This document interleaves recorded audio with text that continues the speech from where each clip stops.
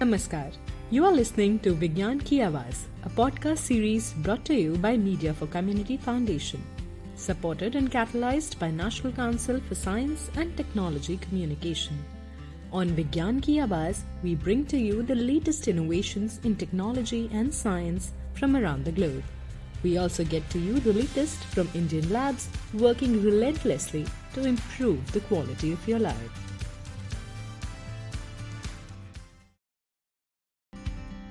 Now it's time for an Amplifier.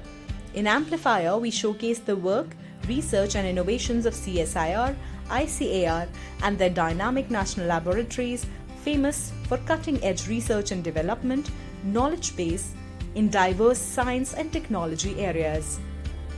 Also, you meet personalities who are enhancing the quality of life of citizens of India through their innovation and research in the field of science and technology.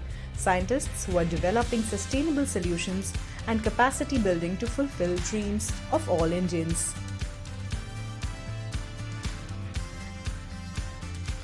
Today in Vigyan Ki Awaaz, we are bringing snippets of the International Conference on Communication and Dissemination of Traditional Knowledge, organized by CSR, National Institute of Science, Communication and Policy Research, held on 15th February 2023 in New Delhi.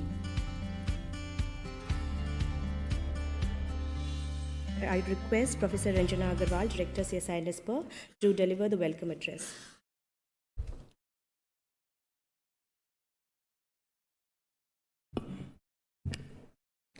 Namaskar, Suprabhat, a very good morning to one and all. Honorable Dr. Jitendra Singh Ji, Union Minister of State, Independence Charge, Science and Technology, Earth Science, Minister of State, Prime Minister Office, Minister of State, Personal and Public Grievance, Minister of Department of Atomic Energy and Space, Government of India. Respected Dr. N. Kalai Selvi, DG CSIR and Secretary DSIR, Government of India. Professor B. N. Jagtap, Distinguished Professor at Indian Institute of Technology, Bombay, Chairman, Research Council of CSIR NISPER. Dr. Akhilesh Gupta, Secretary SERB, Directors of CSIR Lab joining us online, and present in the hall, Dr. Sridevi Annapurna Singh. Distinguished guests from other departments from the CSIR headquarters. Distinguished speakers, international and national delegates joining us online and offline, CSIR family, dear research students, friends from media. I, on my own behalf and on behalf of CSIR, National Institute of Science, Communication and Policy Research, extend a very hearty welcome to this special session of two-day international workshop conference on communication and dissemination of traditional knowledge, CDTK 2023. It's a matter of great honor for us that today Honorable Minister Dr. Jitendra Singh Ji is amongst us. CSIR NISPER has always been very fortunate to have his blessings in person in past too, whether it was the first foundation of CSIR NISPER or it was National Conference of Role of Science and Science Communicators in Indian Freedom Struggle, organized during the Azadi Ka Amrit Mahotsav. I express my sincere thanks to him for his gracious presence in the international conference, which is a prominent manifestation of the national initiative on communicating India's scientifically validated traditional knowledge to the society. It's well known that India has a knowledge-based society and that knowledge was scientifically rich. Considering this, at the CSIR Society meeting in June 2021, the Honorable Prime Minister of India and President CSIR, Shri Narendra Modi Ji, exhorted the need to combine TK and modern science to develop world-class products. He also underlined the necessity to test the scientific validity of TK practices and clarify the same to the public whenever there is scientific evidence available to support that. So on his call, in July 2021, CSIR NISPER, a newly constituted institute of CSIR after the merger of erstwhile CSIR NISTADS and NISCARE, and a well-known global institution in science communication, science dissemination, and working to inculcate scientific temper among the citizens of India, was endowed with this responsibility to communicate this scientifically validated knowledge to the society. This was done under the guidance of Monitoring Committee chaired by DG CSIR and Steering Committee chaired by Professor B.N. Jagtap, Chair RC.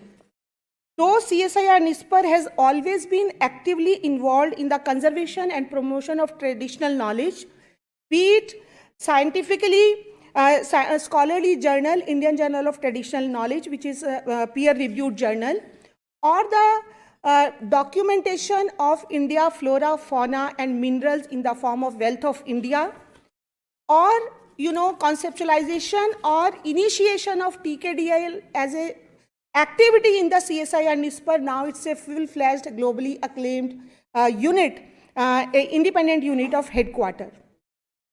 But when this opportunity was given to us, it was a great challenge for us because we didn't have the enough in-house traditional knowledge expertise with us to test the validity of the stories we share. It was a very sensitive mission because we were told that stories only which have been verified on the standards of contemporary science should be shared with the society. However, we took it as an opportunity and branded this initiative as Swastik, scientifically validated societal traditional knowledge, which aims to conserve Indian traditional knowledge and practices, inculcate R&D temper of verifying tradition in a scientific manner, and instill confidence among the citizens regarding the scientific value of Indian traditional knowledge. Sir, last time in January, when you visited CSIR NISPER on the Foundation Day, we showcased the humble beginning of CSIR mission Swastik with only 3 stories. But today, I feel very proud to share the progress and success of Swastik journey. In a very short period of time, we have disseminated now 28 validated TK stories in the form of infographics, reels, videos, podcasts, blogs on various social media channels, Twitter, LinkedIn, Facebook, Instagram, YouTube, all created in-house. The dissemination has been done in English, Hindi, and 15 Indian languages so that the knowledge about traditional knowledge reaches to each and every citizen of India. Addressing the conference, CSIR Director General and Department of Science and Industrial Research Secretary Dr. N. Kalaiselvi said, Vanakkam and pleasant morning to every one of you. Most respected Honorable Minister for Science and Technology, the visionary leader of CSIR, who is always not only hand-holding but also directing us in all positive directions for our growth and development, both in the national as well as in the international arena, Jitendra Singh Ji.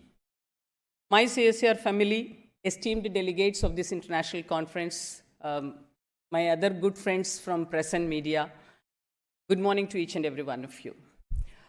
I'm extremely happy to be a part of today's special session wherein we are having our Honorable Minister of Science and Technology with us.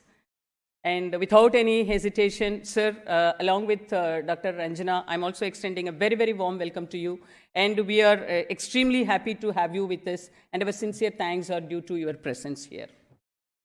Friends, we are living in a very, very golden period wherein the Government of India is celebrating science and scientific research and development. We normally used to believe that India being a democratic country, it is the government of the people, for the people and by the people. Whenever the Government of India is making any kind of schemes and announcements for the benefits of the common man in the form of citizen of this country, we from research organizations, we take the scientific responsibility, we give them a shape, scientific shape, then we join hands with industry, we make it as a technology, then we make it as a complete package of a device, we reach the market, and we believe that market is the interface wherein the common man is able to really get in touch with science and technology.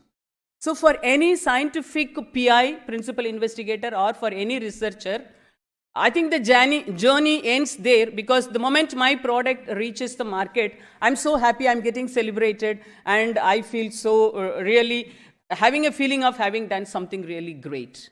But for an organization, it is not only reaching the market, how best you are crowd pulling the market, how best you are making the community to get themselves aware of what is the market is ready with the science and technology. That is where the success of an organization lies, and that is where the communication, the science communication is coming into picture. So it is only the science communicators, it is only the scientific communication dissemination platforms, they really help any organization, any research organizations for their, I would say, recognition, or for their contribution, or whatever they are making themselves available in the form of their products for the benefit of society. Once upon a time, we had only libraries. Now we have C-library and E-library. Once we had only print media. Now again we have C-media and E-media. So these are the different kind of dimensions in which the dissemination pathways are now getting identified through C and E means. And therefore, this is where you as science communicators and you as who are the next generation leaders who will be taking the dissemination and science communication to a different level, you have a very, very great responsibility to understand and to own the responsibility. So how to make yourself aware of what is it that the society is expecting from you as science disseminator or a science communicator? What is it that the society is expecting you to do for them? To have this kind of an understanding, I strongly believe the kind of international conferences of this type, they are giving a platform wherein you are getting an understanding, or you are given an understanding that this is what is the expectation from the other side, either in the form of a society or from the government of India or from the research organization. So in that way, once again, I wish to place on record my congratulations and appreciations to NISPER, the leadership of NISPER and the entire team of NISPER for having arranged this wonderful international workshop. And I really look forward some kind of very, very fruitful outcomes in the following way. Now we have one person called Lavender Man. Again, courtesy and big thanks to Honorable Minister of Science and Technology. I think we strongly believe Honorable Minister himself is the great and the most valuable ambassador of CSIR's Purple Revolution. So wherever he goes and wherever he addresses the gathering, always he gives priority to the lavender and the Purple Revolution, which is close to not only to the heart of the minister, but also the hearts of all the entire CSIR family members. So now we have identified a purple man in Jammu and Kashmir. We have identified a marigold revolutioner in Palampur. We have identified very recently, because I happened to see one more YouTube video of Pallav Baglaji. So now they are coming up with the black wheat and the blue wheat man from Madhya Pradesh. So this is how now we are identifying different personalities who are bringing in new features to the field of agriculture. So we used to say that 90 kids and 2K kids. Similarly, now another terminology is becoming very popular, which is 21st century farmers. 21st century farmers are really becoming very, very popular, because starting from the dress code, from the way they think, meaning is the thought process, the SOP they follow, the connect with which they are living, the dreams they have, and the business plans they have, they are totally different from the way farmers were originally thinking. So this is how we are able to bring in silent revolutions in many areas. I would say preferably and in particular with respect to agriculture, farming, metallurgy, and these areas we are able to bring in silent revolutions just because of the efficacy of science communication and the science community. And therefore, I take this opportunity to place on record my greatest appreciations to each and every science communicator and science disseminator, maybe in the form of a press and media, maybe in the form of a scientist, maybe in the form of a researcher, maybe in the form of a student or a research scholar, or maybe a well-wisher also. So with these few words, Once again, I just wish to conclude like this. Such kind of international conferences are really giving a lot of scope, and they are leaving behind a lot of expectations. So once the conference is over, what are the best ways or what are the new ways which are going to be adopted by you as scientific researchers in the coming days? I think that will speak the success of these conferences. And thank you so very much for the kind of involvement, passion, and I would say your effective participation that you are showing both yesterday and today. Again, big thanks to Honorable Minister for his presence.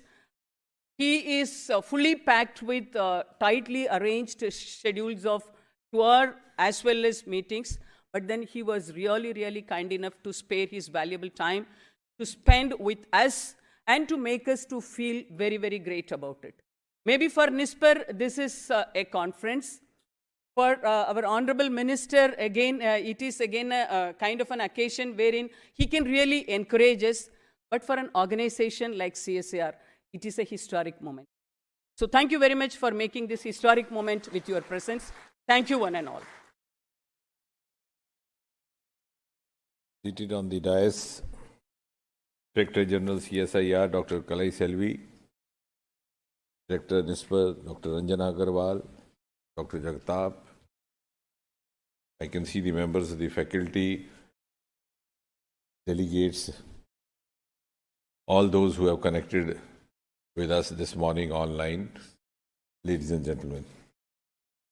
At the outset, I think I owe to formally congratulate the DG and Director Dr. Ranjana for having organized the first of its kind event, the first ever possibly a conference on communication of traditional knowledge. And that too a 2-day event, which I can see takes a lot of effort and perseverance to organize an event of this scale, and in a subject which is not very often discussed. But I'm sure this is going to be a great beginning and is going to lead us to the next level. Also because in organizing the first of its kind conference on the communication of traditional knowledge, I think there couldn't have been a better venue than India, because India possibly has the largest and the richest pool of traditional knowledge with us. And it is in varied form. It's written, it's spoken, it's also applied. Written in the form of the ancient scriptures that we have, referring to various